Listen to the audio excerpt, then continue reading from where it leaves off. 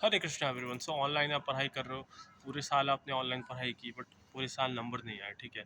और टीचर से कभी डिस्कशन भी नहीं किया इस बारे में, क्यों? क्योंकि टीचर से अलाउ करते ही नहीं है आपको डिस्कस करना। ये एक काफ़ी बड़ा गैप है। जब आप ऑनलाइन पढ़ाई करते हो तो ऑलरेडी बैच साइज इतना ज़्यादा हो जाता है कि आपको मौका मिल ही नहीं पाता कि आप अपने टीचर से खुल के बात कर सको। But at Siddhi classes we ensure कि आप हमसे हमेशा कांटेक्ट रखो, और हमारा बैच केवल 15 का होता है, ठीक है। तो वी इंश्योर दैट। बट इसके अलावा आपको एक चीज़ ध्यान रखनी है कि टीचर आपके साथ इंटरेक्ट करे ना करे, आपको टीचर से अप्रोच ज़रूर बढ़ानी चाहिए। आपको टीचर से ये बोलना चाहिए कि आपको कहाँ दिक्कत आ रही है, और दिक्कत आ रही है इन द सेंस कि आपको शायद कभी कभी मालूम ना चले कि एक्चुअल प्रॉब्लम क्या है। टीचर्स नो, बिकॉज वो काफ़ी एक्सपीरियंस होता है, अनुभवी होते हैं, उन्होंने काफ़ी सारे बच्चों को निकाला हुआ होता अपने कैरियर में अब तक। तो उनको मालूम होता है कि बच्चे कहाँ कहाँ गलती करे, तो उनसे टिप्स लेना, उनके साथ डिस्कशन करना काफ़ी इंपॉर्टेंट हो जाता है, ठीक है। तो पहला गलती जो बच्चे करते हैं वो है ऑनलाइन स्टडी में यूट्यूब का हर एक चैनल सर्च मारते हैं। ऑनलाइन स्टडी मटेरियल जहाँ जहाँ क्वेश्चन बैंक मिला, जहाँ जहाँ मॉक टेस्ट मिला, सबको देना शुरू। ये सब एक गलत चीज़ है, ठीक है। आपको मालूम होना चाहिए कि जो आप पढ़ रहे हो, ठीक है, वो सफिशिएंट है। एक बुक से एक चैप्टर पढ़ो, या जो भी स्टडी मटेरियल मिल रहा है उससे पढ़ो, एक सोर्स को फॉलो करो। जब आप ऑनलाइन पढ़ते हो तो it's really easy to get lost. यहाँ पर काफ़ी ज़्यादा बड़ी गलती होता है, ठीक है। दूसरी बड़ी गलती, आप लोग मॉक टेस्ट जब देते हो तो सीरियसली नहीं लेते उसको। मेक श्योर कि मॉक टेस्ट को सीरियसली लो, वेदर ऑनलाइन पढ़ रहे हो या ऑफलाइन पढ़ रहे हो। आप लोग ऑनलाइन में ये गलती करते हो कि आप लोग किसी भी रैंडम प्लेटफॉर्म से जाके, लेट से लाइव कंपटीशन या फेसबुक पे कहीं चल रहा है, कुछ कुछ होते हैं कि हम लोग वहाँ पर लाइव आरसी देंगे, करके दिखाओ। कोई बच्चा होगा जो वहाँ डेफिनेटली करके आएगा, अच्छे से टॉपर रहेगा, वो ऑनलाइन जैसे प्लेटफॉर्म में मिल ही जाएगा, ठीक है, कि वो जैसे आरसी दिया वो कर लेगा। और आप उसको देखोगे तो डिमोटिवेट हो जाएगा, ऑब्वियस सी बात है। ये भी नहीं करना है आपको। मतलब ऑनलाइन जब आप पढ़ाई कर रहे हो तो काफ़ी ज़्यादा सतर्कता के साथ पढ़ना होगा। You have to be alert, समझे। तो कौन से स्टडी मटेरियल पढ़ना है, क्या पढ़ना है, ये आपको क्लियर होना चाहिए। Be specific. Less is more a concept है, ठीक है। तो आप जितना कम पढ़ोगे और उसको बार बार पढ़ना है, रिविजन करना है, ठीक है। कॉन्स के कुछ टॉपिक्स आपने पढ़े हैं, एक बुक से पढ़ो, उसको 4 बार रिवाइज करो। No need to study from 4 different sources और उसको आप एक बार भी रिवीजन नहीं कर पा रहे हो। एक अच्छे जगह से पढ़ो, उसको बार बार रिवाइज करो। अब तीसरा पॉइंट आता है कि मॉक्स में, जैसे आपने लेट से ऑनलाइन की कम्युनिटी ज्वाइन की, वहाँ पर कुछ बच्चे बोल रहे हैं उनके 70 आए, उनके 75 आए, किसी का 60 आए, किसी का 55 आए, और आपके आए हैं मात्र 20-15। आपको बोलने में भी शर्म आ रहा है, और आपने एक्साइटमेंट में आके बोल दिया कि मेरे तो 50 आए। उससे क्या होगा ना, आप चीटिंग कर रहे हो। दूसरी बात, आपको ये पता ही नहीं चलेगा कि उसके 70 आए तो क्यों आए, उसके 50 आए तो क्यों आए, ठीक है।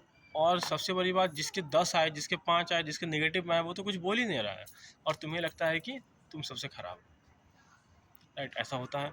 तो ये सारी गलतियां हैं। तो इट्स रियली इंपॉर्टेंट कि आप अपने टीचर को बोलो कि ऑनलाइन का जो मॉक टेस्ट रहता है, लाइव क्लास में डिस्कशन करें, और आप उसमें मैंडेटरी इन्वॉल्व रहो। ये काफ़ी इंपॉर्टेंट होता है मोटिवेशन हाई रखने के लिए। तीसरा है मॉक टेस्ट एनालिसिस।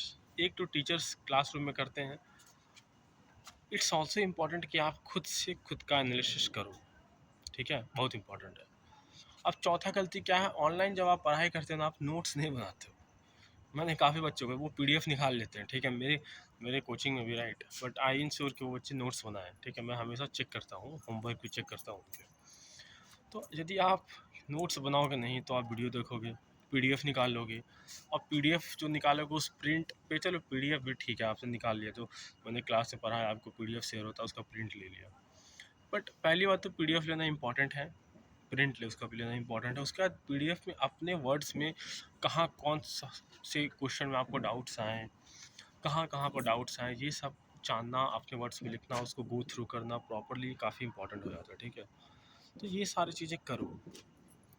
इसके लिए भी मतलब टीचर्स तो क्लास में एक बार बोल देते हैं, बट प्रॉपर रूप में यदि लेट से 50 से भी ज़्यादा का बैच साइज रहा तो वो फिर ध्यान नहीं दे पाते हैं, या बहुत केसेस में तो मतलब यदि वो कोई दूसरे एकेडमी सब हो तो उन्हें क्या है मतलब, क्योंकि उनके उनके पास भी काफ़ी बच्चे हैं, उनके पास उतना टाइम नहीं है। तो ऑब्वियसली मेक श्योर कि आप गलतियाँ ना कर रहे हो, ऐसी ब्लंडर मिस्टेक्स जिससे कि आपका पूरा साल ख़राब हो जाए। ठीक है। छठा चीज़ तो मैं ये बोलूँगा कि कंसिस्टेंट अपने आप को बनाए रखो। ऑनलाइन में क्या होता है कि आप लोग एक दिन 6 घंटा पढ़े, दूसरे दिन 1 घंटा पढ़ो, ऐसे करके काम नहीं चलता, ठीक है। जब आप एक ग्रुप में पढ़ रहे हो, ठीक है, ऑनलाइन जब पढ़ रहे हो वहीं आपको एक ग्रुप मिल जाता है जहाँ पर सारा चीज़ एक साथ, मतलब आप देख रहे हो कि हाँ किस बच्चे ने कितना पढ़ा है, एक एक्सेल शीट तैयार है, इसमें मालूम है इस बच्चे ने आज 10 क्वांट के क्वेश्चन किए कि 30 क्वेश्चन किए क्वांट के, इसका वीआरसी का रीडिंग स्पीड कितना है, वीआरसी में इसके कितने नंबर आए, कितने क्वेश्चन सही हुए। ये एनालिसिस आपको पूरी ग्रुप का देखना चाहिए। ज़रूरी नहीं कि नाम दिखे, बट एक्चुअल में दिखना चाहिए कि ये सब बच्चे आपके साथ पढ़ रहे हैं और इस बच्चे को कितने आ रहे हैं। और इसके साथ साथ आप दूसरी बैच का बेचा live data, real live data जो ओरिजिनल हो, ऑथेंटिक हो, वो देख रहे हो, जिसकी ऑथेंटिसिटी में आपको कोई डाउट ना हो, क्योंकि ऐसे तो बहुत सारे फेक डेटा मिल जाते हैं। तो इंश्योर करो ये सारी चीज़ें से अगेन क्या होता है ना, बच्चा डिमोटिवेट होता है। उसके बाद कुछ दिन के बाद कैट का सपना छोड़ के जैट, जैट का सपना छोड़ के स्नैप या मैट या सी मैट, कुछ भी नेक्स्ट स्टेप फिर रिपीट कर रहा है। तो ये सारी गलती करोगे तो क्या होगा, हमारा नुकसान होगा, ठीक है। अब बीच में क्या करते हैं कुछ कोचिंग या ऑनलाइन एजुकेटर्स, प्रोफाइल बिल्ड करो, ये बिल्ड करो, वो बिल्ड करो। देखो यदि तुम्हारे 98 99 से कम आ रहे हैं, ठीक है, and if you are in general category, तो पहले अपना कैट परसेंटाइल पे फोकस करो। प्रोफाइल बिल्ड कैसे करना है वो भी इंडिविजुअल पर डिपेंड करता है, go and discuss with your teacher. ऐसे आपको रैंडम 7 7 7 8 8 8 जे मतलब ये पॉटी प्रोफाइल है, ये मास्टर जो में बिल्ड करो, ऐसे करके काम नहीं चलेगा। तो बहकावे मत आओ, आप उनका फ़ायदा करवा रहे हो, खुद का नुकसान करवा रहे हो, ठीक है, समझे।